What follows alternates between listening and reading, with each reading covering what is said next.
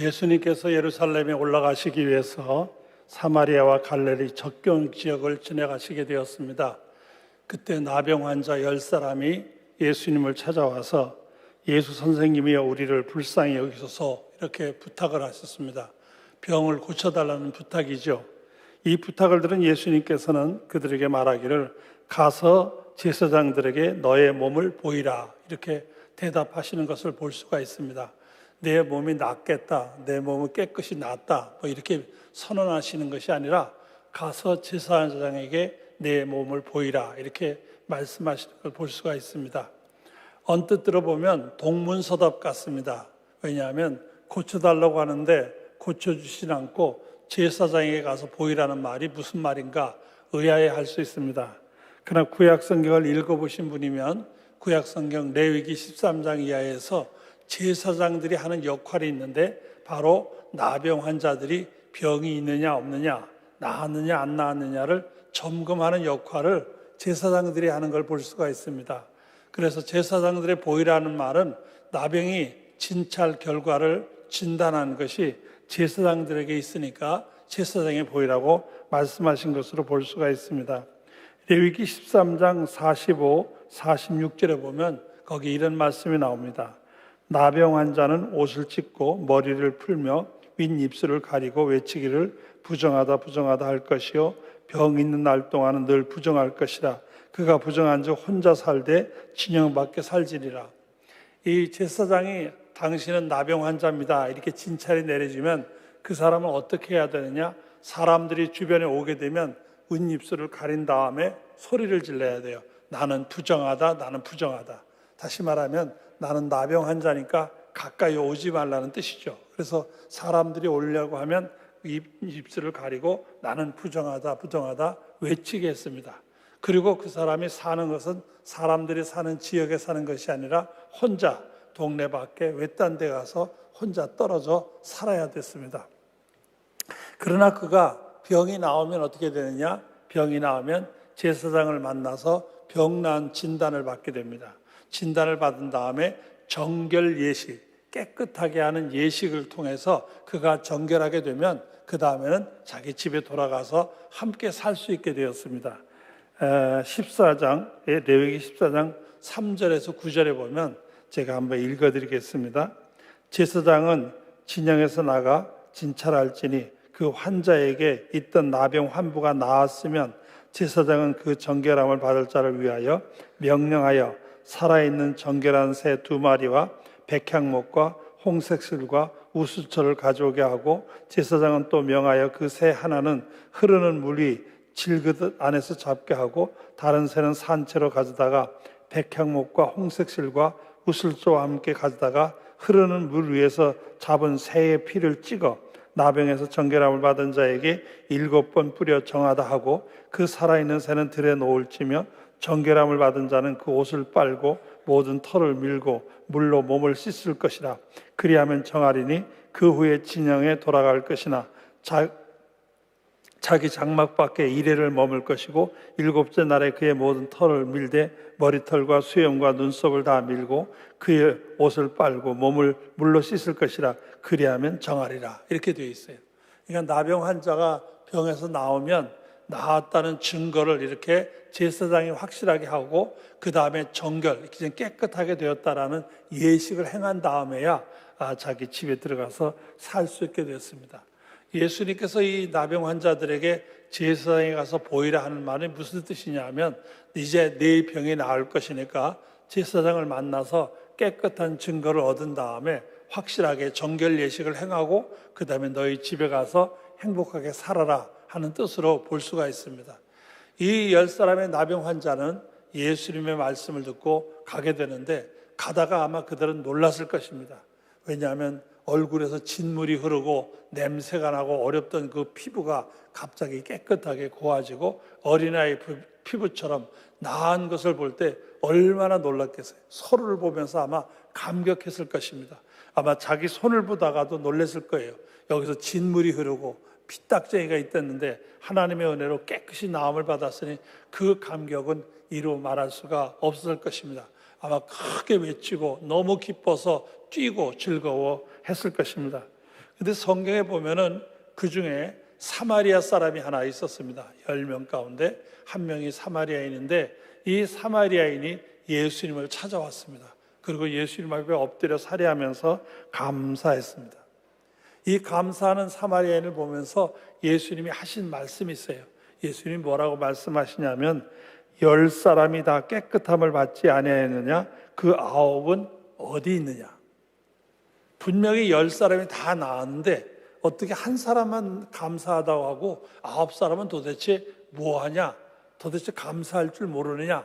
이렇게 서운해하시는 모습을 발견할 수 있습니다. 은혜 받은 사람이라면 감사할 줄 알아야죠. 정말 감사할 줄 아는 사람만이 은혜하는 사람이라고 볼 수가 있습니다. 종교개혁자 깔뱅의 말 가운데 이런 말이 있어요. 외식하는 신자들은 위급할 때 하나님께 기도할 줄 안다. 그러나 위험에서 건짐을 받을 때 감사할 줄 모른다. 외식하는 신자들이 어떤 신자냐? 어려움을 당하면 하나님 도와주세요, 나 좀 살려주세요, 나를 구원해 주세요, 이렇게 기도하다가 나았거나 문제가 해결되면 감사할 줄 모른다, 그 말이에요. 그러니까 급할 때는 하나님 찾다가도 실제로 문제가 해결되면 하나님을 모르고 지나는 사람이 많이 있습니다. 그러니까 진정 그 신앙이 제대로 되어 있는 사람이라면 은혜 받을 줄도 알아야 되지만 받은 은혜에 감사할 줄 알고 감격할 줄 알아야 됩니다. 하나님이 우리를 사랑하셔서 나병 환자보다도 더 심각한 죄로 말미암아 영원히 죽을 수밖에 없는 우리들을 구원하시기 위하여 하나밖에 없는 아들 예수 그리스도를 이 땅에 보내주시고 그로 말미암아 우리를 구원해 주셨습니다. 이 한 가지만 가지고도 평생을 감사해도 다 못할 은혜라고 말할 수가 있습니다. 그렇기 때문에 받은 은혜를 감사하는 삶을 꼭 살아야 됩니다. 오늘 우리에게 주신 말씀 중에서 골로새서 4장 2절이 좀 특이한 말씀이 있어서 이 말씀을 가지고 함께 은혜를 받으려고 합니다. 한번 같이 읽어보겠습니다. 시작. 기도를 계속하고 기도에 감사함으로 깨어있으라. 다시 한번 시작. 기도를 계속하고 기도에 감사함으로 깨어있으라. 여기 좀 특별한 표현이 하나 들어있는데 성경에 보면 기도로 깨어있으라는 단어는 많이 있습니다. 깨어 기도하라 또는 기도로 깨어있으라 이런 표현은 많이 있는데 감사함으로 깨어있으라는 표현은 특별한 표현입니다. 아마 제가 생각하기에는 여기밖에 없지 않나 하는 생각이 듭니다. 왜 이 말씀을 하셨을까? 도대체 이 말씀을 통해서 우리에게 뭘 교훈하시는지 오늘은 그 말씀을 중심으로 해서 함께 은혜를 받으려고 합니다. 우리가 건강한 신앙을 가지기 위해서는 중요한 3가지 요소가 있습니다. 여러분들이 이 3가지를 지금 어떻게 하고 있는지를 스스로 점검해 보셔도 알아요. 이 3가지를 제대로 하고 있으면 그 사람은 신앙이 건강한 사람이에요. 그러나 이 3가지를 제대로 하지 못한다면 그 사람의 신앙은 문제가 있습니다. 그 3가지가 뭐냐면 첫째가 말씀 생활이에요. 얼마나 말씀 생활을 제대로 하느냐가 중요합니다. 성경을 읽고 성경을 묵상하고 말씀을 깨달아 알아 그 말씀대로 살려고 노력하는 말씀 생활이 중요합니다. 이것이 첫째예요. 그 다음에 2번째는 뭐냐? 기도 생활이에요. 기도는 영혼의 호흡이라고도 해요. 영혼이 숨 쉬는 것과 같아요. 만약 기도가 없으면 숨을 멈추는 것 같아요. 그래서 숨 안 쉬면 죽잖아요. 그렇기 때문에 이 기도 생활이 제대로 돼야 됩니다. 그 다음에 3번째는 섬김 생활이에요. 봉사라고도 말할 수 있어요. 이 섬김 생활이 있어야 돼요. 그래서 건강한 신앙은 말씀으로 먹고 기도로 숨쉬고 섬김으로 운동하는 거예요. 이게 3박자가 맞아 들어가야 그 사람은 건강한 신앙을 가질 수가 있어요. 말씀은 많이 읽어요. 그런데 기도 생활을 안 해. 그러면 그 사람은 문제 있는 신앙이 되는 거예요. 나름대로 기도 생활을 많이 해서 은혜도 체험하고 여러 가지 은사를 체험해요. 그러나 말씀을 등한히 하는 사람이 있어요. 그러면 시험에 들어요. 문제가 생기는 거예요. 그럴 때 이 3가지가 함께 가야 돼요. 말씀 생활, 기도 생활, 섬김 생활. 이게 함께 가야 건강한 신앙을 가질 수가 있습니다. 자, 그런데 오늘 말씀에 보면 그 본문 말씀을 다시 보면 처음에 기도를 계속하고라는 표현이 나와요. 기도를 계속하라. 이 계속하라는 말씀을 3가지로 설명을 드리려고 합니다. 첫째로 기도를 계속하라고 하는 말씀은 무슨 말이냐면 쉬지 말고 기도하라는 말씀이에요. 여러분, 숨 쉬는 걸 쉴 수 없잖아요. 아무리가 바쁘고 힘들어도 숨 쉬는 걸 쉬면 그 사람은 죽어요. 숨은 쉬어야죠. 살아있는 생명체라면 다 숨을 쉬어야 돼요. 숨 안 쉬면 죽어요. 제가 젊었을 때 시골에서 중학교 교사로 잠깐 있었는데, 제가 있던 중학교에 일하기 위해서 그 근방에 집에서 살았는데, 그 집에가 쥐가 많아서 쥐가 얼마나 많으냐면 저녁마다 그냥 천장에서 쥐 뛰는 소리가 마치 무슨 올림픽 경기 같아가지고서 그 소리 때문에 자다가도 깜짝 놀래 깰 때가 있을 정도로 그렇게 쥐가 많았어요. 어느 날 자고 있는데 이 귀 옆이 뭐가 이상한 느낌이 들어요. 나도 모르게 잠결에 툭 치는데 뭐가 물컹하는 거예요. 깜짝 놀라서 저도 불을 켜고 봤더니 쥐 한 마리가 천장을 이렇게 뚫고 거기 전화줄이 있었는데 전화줄을 타고 내려왔는가 봐요. 내려와서 다니다가 어떻게 제 귀 옆을 지나가는데 제가 느끼고서 툭 쳤는데 공교롭게 그게 얻어 맞은 거예요. 이놈이 놀래가지고 가서 그 줄을 타고 올라가는 거예요. 마치 등산하는 사람 줄 타고 올라가지. 그놈이 그걸 올라가. 그래서 제가 누워있던 그 베개를 들어가지고 던졌더니 그 베개가 그 전기줄을, 전화줄을 건드니까 이놈이 툭 떨어졌어요. 놀란 쥐가 뛰어내려서 그 뒤에 있는 농 밑으로 들어가는 거예요. 제가 후레쉬를 하나 찾아가지고 이렇게 보니까 저 구석에서 이 놀란 쥐가 할딱거리고 있는 거예요. 그래서 후레쉬를 켜놓은 채로 제가 밖에 가서 긴 막대기를 하나 가지고 왔어요. 가지고 와서는 이렇게 보니까 쥐가 그대로 있어요. 살금살금 막대기를 집어넣었어요. 그리고는 쥐의 목덜미 있는 데를 이걸로 확 눌렀어요. 그리고는 저는 차마 보기가 그래서 후레쉬를 끄고서 가만히 있었어요. 그랬더니 부스럭부스럭 소리가 계속 나는 거예요. 그냥 누르고 있었어요. 한 2, 3분 지나니까 소리가 안 나요. 그래도 그냥 누르고 있었어요. 만약을 모르니까 계속 누르고 있었어요. 한 4, 5분 지난 다음에 제가 후레쉬를 켜고 들여다봤어요. 죽었어요. 쥐가 죽었어요. 꺼내보니까 엄청 커요. 강아지 새끼만 해. 엄청 커요. 먹기도 잘 먹어서 아주 통통하게 살도 쪘어요. 그런 쥐예요. 근데 죽었어요. 어디가 부러진 게 아니에요. 어디가 찢어져서 피가 난 것도 아니에요. 그냥 깨끗해요. 그런데 죽었어요. 왜? 숨을 못 쉬니까. 생명체는 숨을 못 쉬면 죽어요. 우리의 영도 마찬가지예요. 기도가 없으면 죽어요. 왜 우리가 신앙생활하면서도 은혜의 감격이 없고 기쁨도 없고 감사가 없느냐? 죽어서 그래요. 죽으면 감격이 없어요. 죽으면 기쁨도 몰라요. 죽으면 은혜를 몰라요. 그 기도가 안 하니까 죽어서 그래요. 기도가 살아야 사는 거예요. 여러분, 계속 기도해야 돼요. 여기 보면 기도를 계속하고 오라는 말씀이 바로 그런 의미가 있어요. 그렇기 때문에 계속 기도해야 우리 영이 살아나는 거예요. 우리 영이 살아날 때의 은혜의 역사를 더 깊이 체험할 수가 있어요. 그 다음에 두 번째로 기도를 계속하라는 말씀은 끈기 있게 기도하라는 말씀으로 생각할 수 있습니다. 여러분, 기도 생활하면서 느끼는 거지만은 내가 구할 때 기도하자마자 하나님이 응답을 주시는 경우도 없지 않아 있어요. 그렇지만 어떤 거는 1년을 기도했는데도 아무 응답이 없어요. 2년을 기도했는데도 아무 소용이 없어요. 3년을 기도해도 소용이 없는 거예요. 마치 오히려 또 기도하기 전보다 더 상황이 나빠지는 것 같아요. 그래서 이거 잘못된 거 아닌가? 그만 기도 포기할까? 이런 생각을 할 수도 있어요. 그렇지만 우리가 한 가지 분명할 것은 우리 하나님은 어떤 하나님이냐?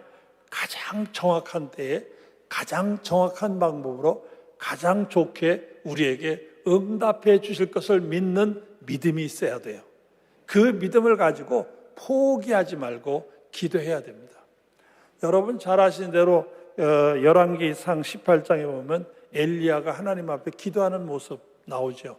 엘리야가 하나님 앞에 기도하기를 하나님이여 불을 내려서 제단에 응답해 주십시오 하고 기도하자 불이 확 내려와가지고 금방 제단을 불살랐어요. 그 다음에 이어서 기도하는 거예요. 이제는 하나님 이 땅에 가뭄을 거두어주시고 비를 내려주십시오. 기도하는데 응답이 없어요. 성경에 보면 7번까지 기도했다고 되어 있어요. 7번. 물론 7번까지라는 말은 7번, 숫자적으로 7번을 기도했다. 그런 의미도 그 속에 포함되어 있어요. 그렇지만 성경에서 말하는 7이라는 숫자는 조금 특별한 의미가 있어요. 그건 어떤 의미가 있느냐? 완전하다는 뜻이 있어요. 그래서 응답받을 때까지 포기하지 아니하고 엘리야가 기도했다. 그런 뜻이에요. 엘리야는 응답받을 때까지 포기하지 않았어요. 그리고 기도했어요. 그랬더니 역사가 나타난 거예요. 여러분, 기도에 응답이 없다고 포기하지 마세요. 아무리 기도에 응답이 없어도 더 매달리세요. 그러면 하나님께서 꼭 응답해 주실 줄 믿습니다. 또 응답받는 삶이 되시기를 주님의 이름으로 축원합니다. 세 번째로 기도를 계속하라는 말씀은 어떤 의미가 있냐면 기도를 위해서 좀 시간을 들여 헌신하라는 의미가 있어요. 많은 분들 가운데 잘못 생각해서 내 할 일 다 하다가 시간이 좀 남으면 기도나 할까? 이렇게 생각하는 사람들이 없지 않아 있어요. 다는 아니지만 가끔 그렇게 기도는 마치 시간이 남으면 하는 것처럼 생각하는 사람이 있어요. 사실은 우리가 깨닫고 은혜를 받으면 어떤 것을 발견할 수 있냐면 내가 제일 소중하게 여겨야 될 시간이 어떤 시간이냐? 기도 시간이에요. 왜? 기도는 내가 하나님 앞에 나아가는 시간이에요. 왕 중의 왕이신 하나님을 뵙는 시간이에요. 어떤 것보다도 제일 우선하는 시간이에요. 우리나라의 대통령이 만나자고 그러면은 다 제껴놓고 그거부터 해야 될 거 아니에요. 나 바쁘니까 다른 거하고 시간 있으면 내가 만나러 가겠습니다. 이렇게 안 하잖아요. 적어도 우리 국가에서도 제일 높은 사람이 만나자 그러면 그거부터 하는 거예요. 하물며 왕 중의 왕이신 하나님을 뵙는 시간인데 그걸 제껴놓고 다른 일 하다가 시간 남으면 하겠다. 이건 생각부터가 잘못된 거예요. 적어도 믿음의 사람이라면, 은혜 안에 살기를 원하는 사람이라면, 깊은 은혜의 세계를 경험하고 정말 하나님과 바른 관계를 갖기를 원하는 사람이라면 기도를 최우선으로 할 줄 알아야 돼요. 이런 사람에게 하나님이 역사하십니다. 여러분, 이렇게 기도함으로 놀라운 은혜가 함께 하시기를 주님의 이름으로 축원합니다. 자, 그런데 오늘 말씀에 보면 기도에 감사함으로 깨어 있으라 이렇게 되어 있어요. 기도에 감사함으로 깨어 있으라. 도대체 이 기도에 감사함으로 깨어 있으라는 말이 어떤 의미가 있을까 생각해 봐야 할 것입니다. 첫째로 감사가 있는 기도가 힘 있는 기도가 됩니다. 여러분, 기도에서 감사가 빠지면 맥없는 기도예요. 그러나 감사가 있어야 기도가 제대로 돼요. 휴겔이라는 신학자의 말 가운데 이런 말이 있어요. 요구하며 몸부림치는 기도는 사막을 걷는 것처럼 답답한 기도지만 감사의 기도는 솔개가 공중을 나는 것처럼 경쾌한 기도다. 그런 말을 했어요. 감사가 없는 기도는 사막을 걷는 것처럼 답답한 거예요. 끝이 어딘지도 모르고 그 모래 허허벌판 목도 마르고 힘든 그 사막길을 걷는 것처럼 그렇게 힘든 거예요. 그래서 감사 없는 기도는 나그네가 사막을 걷는 것처럼 답답한 기도가 된다 그 말이에요. 그렇지만 감사가 있는 기도는 마치 솔개가 공중을 나는 것처럼 아주 시원하고 힘 있는 기도가 되는 거예요. 경쾌한 기도가 되는 거예요. 그래서 이 감사가 있느냐에 없느냐에 따라서 우리의 기도가 달라지는 거예요. 감사 있는 기도는 힘 있는 기도요, 감사 없는 기도는 힘 없는 기도가 돼요. 그래서 우리는 기도 가운데 감사가 많아야 돼요. 감사를 많이 할 때 우리 기도는 살아있는 기도, 힘 있는 기도, 능력 있는 기도가 되는 것입니다. 두 번째로 감사가 있는 기도는 온전한 기도라고 말할 수 있어요. 사실은 기도를 크게 두 가지로 나눌 수 있어요. 기도 안에는 두 가지 요소가 있어요. 하나는 간구라는 요소가 있고 하나는 감사라는 요소가 있어요. 언제나 기도할 때는 감사가 있어야 되고 간구가 있어야 돼요. 어느 하나만 하면 안 되죠. 간구만 하거나 감사만 하는 게 아니라 간구와 감사가 함께 가야 돼요. 그래야 그 기도는 온전한 기도가 돼요. 입을 벌리자마자 기도한다고 엎드리면 입을 벌리자마자 이것 주세요, 그거 주세요, 그거 주세요. 간구만 하다 끝나면 그 기도는 반쪽짜리 기도밖에 안 되는 거예요. 적어도 감사가 함께 가야 그 기도는 온전한 기도가 될 수가 있습니다. 빌립보서 4장 6절에 보면 거기 그런 말씀 같이 한번 읽어보겠습니다. 시작. 아무것도 염려하지 말고 다만 모든 일에 기도와 간구로 너희 구할 것을 감사함으로 하나님께 아뢰라. 여기도 보면 뭐라고 되어 있냐? 기도할 때 감사함으로 아뢰라. 감사와 간구가 함께 가야 됨을 우리에게 말씀하시는 거예요. 여러분이 어떻게 기도 생활을 했는지 모르지만 감사 없는 기도를 했다면 여러분은 제대로 된 기도를 한 게 아니에요. 그건 반쪽짜리 기도예요. 잘못된 기도라 그 말이에요. 그렇기 때문에 언제나 기도할 때는 감사와 간구가 함께 가야 그것이 제대로 된 기도가 될 수가 있습니다. 세 번째로 감사가 있는 기도는 바로 이것이 깨어있는 기도가 저절로 된다, 이렇게 볼 수가 있습니다. 여러분이 감사라는 것은 은혜 받은 감격에서 우러나는 거예요. 내가 하나님의 사랑을 받고 있고 하나님의 은혜를 받았다. 그 은혜 받은 감격이 우리 안에서 감사가 되는 거예요. 이 감사가 있는 사람은 하나님과의 관계를 가질 때마다 늘 더 절실하고 더 간절하고 더 진실하게 되는 거예요.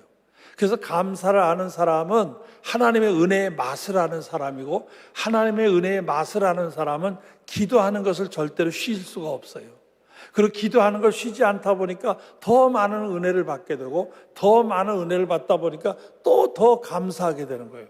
그래서 감사가 있는 기도, 이 깨어있는 기도라고 하는 것은 바로 은혜 생활의 깊이가 있는 삶을 가리키는 것입니다. 여러분이 진정 은혜를 알고 은혜를 체험하는 사람은 이 감사로 깨어있는 사람이 되는 것입니다.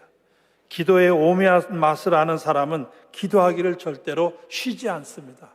내가 구했더니 하나님이 들어주셨고, 내가 구했더니 하나님이 이렇게 이끌어 주셨고, 나를 구했더니 하나님이 나를 이렇게 인도하셨구나. 이걸 경험한 사람이 어떻게 기도하지 않을 수가 있겠어요? 아무리 어렵고 고달파도 기도하는 일만은 절대로 포기하지 않게 되는 것입니다.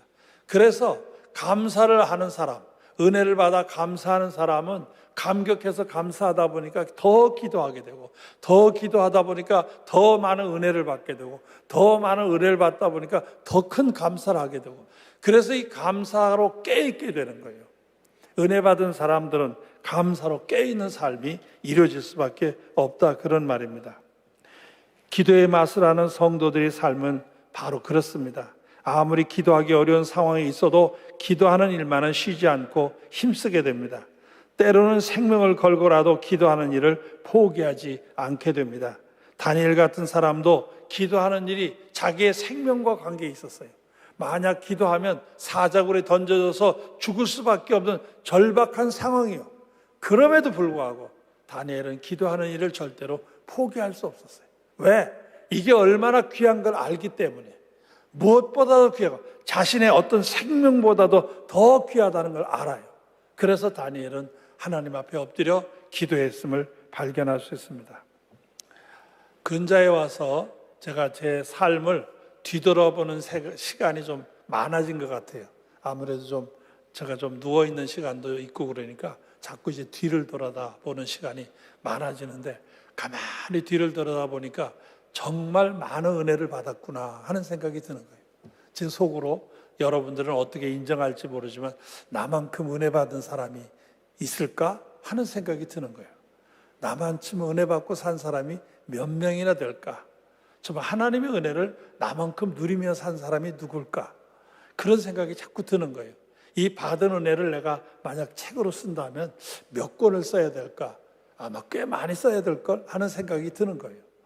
저는 지난 제 전 생애를 통해서 받은 은혜를 그렇지 않아도 모르겠어요. 하나님이 기회를 주시면 책이라도 써볼까 하고 자료 정리는 조금 해놓긴 했는데, 하나님께 주신 은혜를 언제 기회가 되면 한번 써버리라 하는 생각을 갖기는 합니다.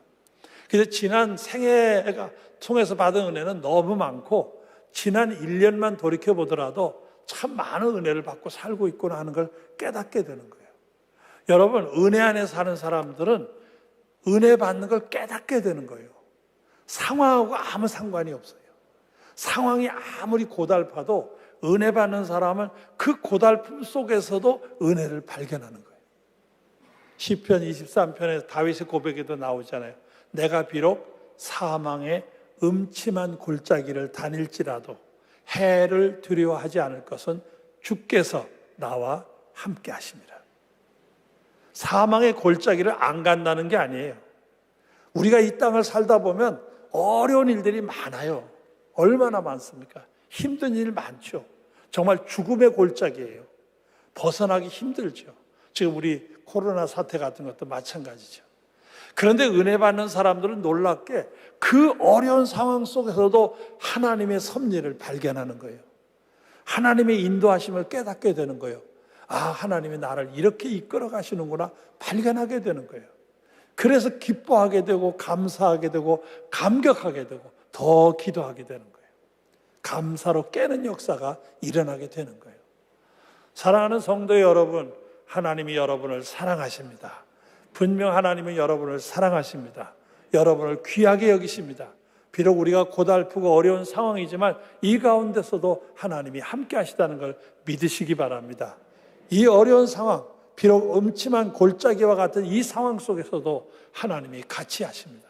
그 하나님의 인도하심을 체험함으로 말미암아 여러분이 더 큰 은혜 안에 사는 귀한 삶, 정말 감사함으로 깨어있는 복된 삶이 되시기를 주님의 이름으로 축원합니다. 축원합니다.